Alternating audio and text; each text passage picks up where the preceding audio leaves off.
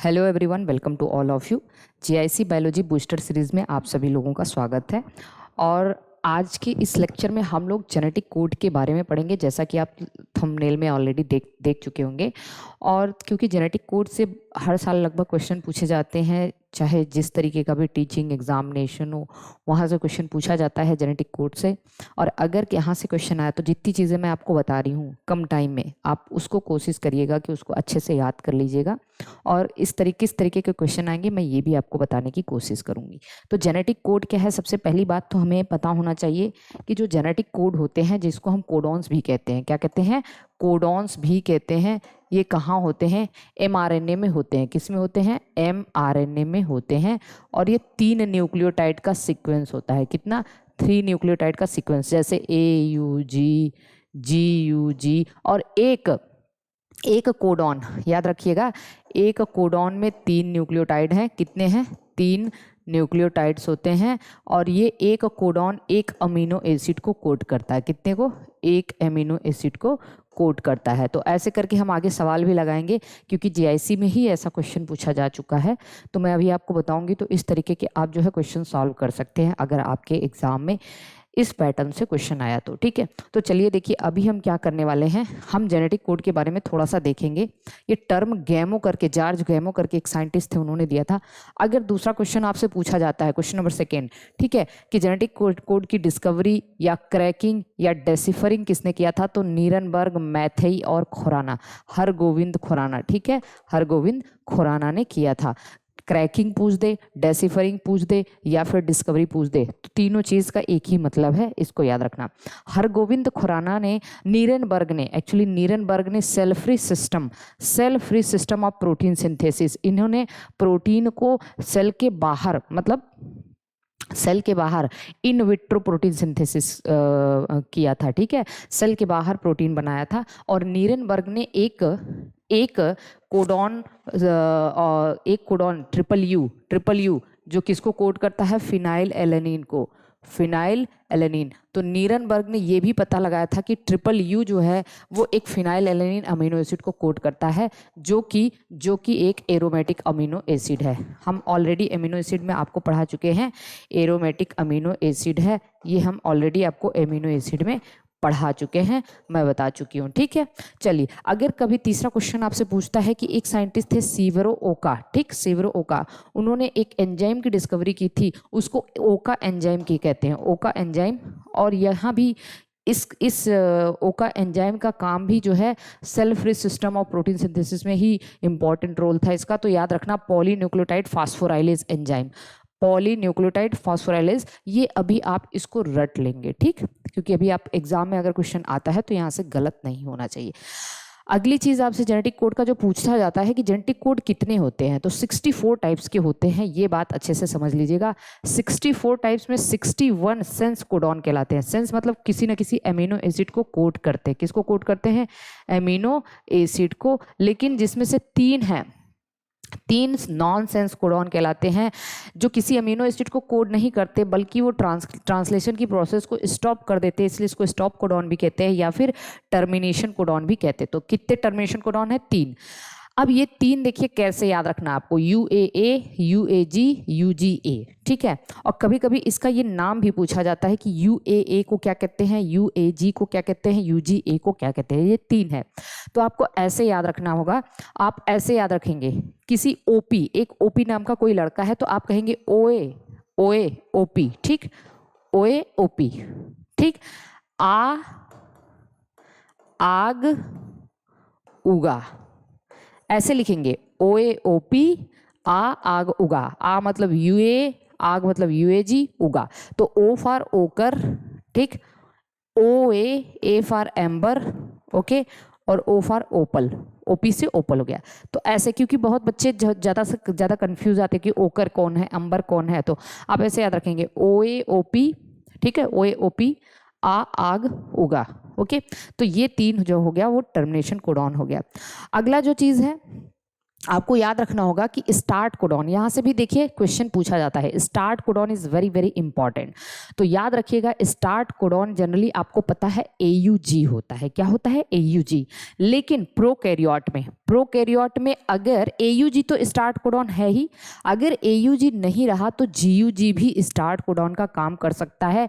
ये एग्जाम में क्वेश्चन पूछा भी जा चुका है और हम लोग जनरली पढ़ाते भी हैं, ठीक है। ऐसा नहीं कि एग्जाम में पूछा जा चुका है इसलिए हम पढ़ा रहे हैं, बरसों से हम लोग हमारे नोट्स में ऐसे पढ़ा रहता है, ये सेक्शन हम लोग देखते भी हैं, ठीक है।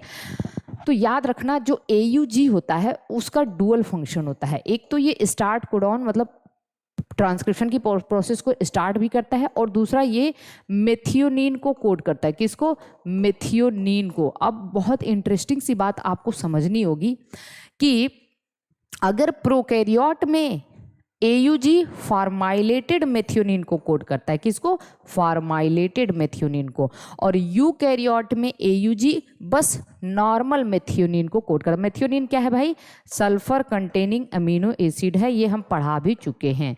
सल्फर कंटेनिंग एमिनो एसिड है मेथियोनिन, ठीक। ये बात आपको अच्छे से पता होनी चाहिए। तो याद रखना, एक सबसे खास बात आपको ये बात समझ में आनी चाहिए कि चाहे वो किसी भी ऑर्गेनिज्म की प्रोटीन हो, चाहे वो प्रोकैरियोट की प्रोटीन हो, चाहे वो यूकैरियोट की प्रोटीन हो, सबसे पहला अमाइनो एसिड क्या होता है? मेथियोनिन। क्या होता है? मेथियोनिन। हमारी बॉडी में चाहे जितनी प्रोटीन होगी उसका सबसे पहला अमाइनो एसिड मेथियोनिन होगा, क्योंकि सबसे पहला स्टार्ट कोडॉन क्या होता है? AUG होता है, ठीक। इतनी बात हमें पता है। लेकिन अगर हमारे पास दो प्रोटीन रख दी गई और हमें पता करना है कि कौन सी प्रोकैरियोट प्रोटीन है, कौन सी यूकैरियोट की प्रोटीन है, तो हम कहेंगे जिसमें फार्माइलेटेड मेथियोनिन होगा वो प्रोकैरियोट प्रोटीन होगी, जिसमें नॉर्मल मेथियोनिन होगा वो यूकैरियोट की प्रोटीन होगी। Is it clear? अब हम देखेंगे कि अगर कभी AUG ना रहा तो GUG भी स्टार्ट कोडॉन का काम कर देता है। तो GUG का भी डुअल फंक्शन है। क्या है? डुअल फंक्शन, याद रखिएगा। डुअल फंक्शन का मतलब नॉर्मली GUG वैलिन को कोड करता है। किसको? वैलिन अमाइनो एसिड को। लेकिन ये स्टार्ट कोडॉन की तरह भी एक्ट कर सकता है। किसकी तरह? Start codon.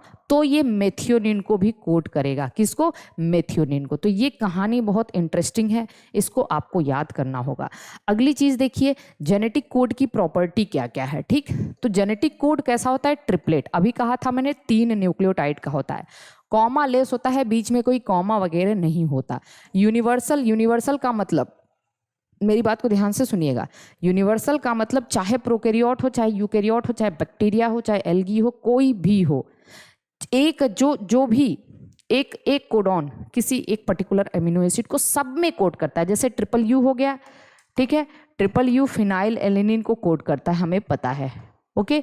तो ऐसा नहीं कि बैक्टीरिया में फिनाइल एलेनिन को कोड करेगा, वायरस की बात करें, बैक्टीरिया में फिनाइल एलेनिन को, या एल्गी में किसी और को, या फंजाई में, नहीं, सब में ये फिनाइल एलेनिन को ही कोड करेगा। यूनिवर्सल का मतलब सब में, लेकिन इसका कुछ एक्सेप्शन है, एक्सेप्शन लिख लीजिएगा। यूनिवर्सल रूल का कुछ एक्सेप्शन, दो ऑर्गेनिज्म होते हैं, एक तो माइटोकॉन्ड्रिया, ठीक है, एंड एक होता है प्रोटोजोअन। क्या?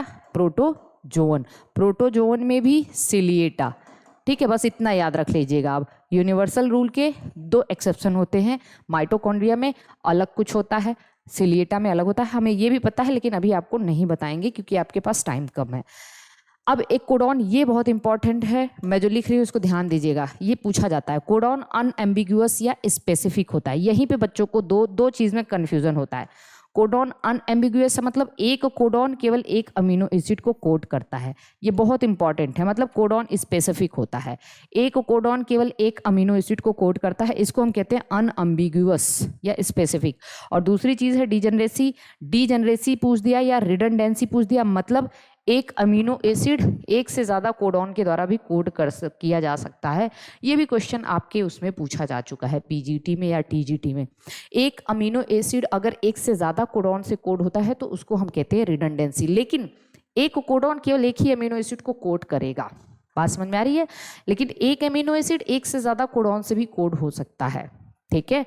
तो ये बात, इतनी चीज़ आपको आनी चाहिए कोडॉन के बारे में। अगर इतनी चीज़ आ गई है मतलब क्वेश्चन यहाँ से पूछेगा तो आप गलत नहीं करोगे। अब यहाँ से एक पोर्शन और हम लोग देख लेते हैं इसका, न्यूमेरिकल में जैसे क्वेश्चन दे दिया कि किसी प्रोटीन में 1000, या ऐसे कह दो कि किसी mRNA में 1000 न्यूक्लियोटाइड्स हैं। कितने हैं? 1000 न्यूक्लियोटाइड हैं।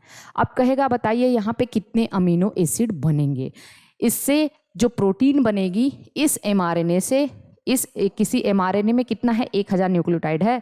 तो बताया कि इससे जो प्रोटीन बनेगी, कितनी अमाइनो एसिड की प्रोटीन बनेगी, how many amino acids will be there. Okay, तो आप कहोगे सिंपल है भैया, 1000 न्यूक्लियोटाइड है तो हम कहेंगे 3 न्यूक्लियोटाइड से एक कोडॉन बनता है, ठीक, और एक कोडॉन से एक अमीनो एसिड बनता है। तो कहने का मतलब 3 न्यूक्लियोटाइड से एक अमीनो एसिड बना, ठीक। तो हम कहेंगे 1000 न्यूक्लियोटाइड है तो बाई 3, तो हम कहेंगे 333 अमीनो एसिड बना। कितना बना? 333 अमीनो एसिड की प्रोटीन। तो जो प्रोटीन होगी उसमें कितने अमाइनो एसिड होंगे? 333 अमाइनो एसिड होगा। या फिर आपको बस अमाइनो एसिड दे दिया, पूछ दिया कितना न्यूक्लियोटाइड होगा, तो अमाइनो एसिड अगर 100 दे दिया है तो कितना न्यूक्लियोटाइड रहा होगा? 300 रहा होगा। जेनेटिक कोड से भी क्वेश्चन पूछता है तो आपको कोई दिक्कत नहीं होनी चाहिए। तो इस तरीके से आप क्वेश्चन भी सॉल्व कर सकते हैं। और यहाँ से जो न्यूमेरिकल पोर्शन आते हैं, और याद रखना हमेशा प्रोटीन, मैं पढ़ा भी चुकी हूँ, प्रोटीन हमेशा N terminal to C terminal बनता है। क्या बनता है? N terminal to C। जब मैं अमीनो एसिड पढ़ा रही थी तो मैंने आप लोगों को बताया भी था। फिलहाल के लिए ये लेक्चर आपके लिए बहुत यूजफुल रहेगा अगर आप इसे ध्यान से देख लेते हैं, समझ लेते हैं। यहाँ से कोई क्वेश्चन आएगा तो आप गलत नहीं करेंगे। So all the best. हम लोग अगले लेक्चर में कुछ और भी इंटरेस्टिंग चीज़ें समझेंगे। तब तक के लिए आप इसको अच्छे से पढ़िए, जो भी चीज़ें हैं अपना डाउट क्लियर करिए।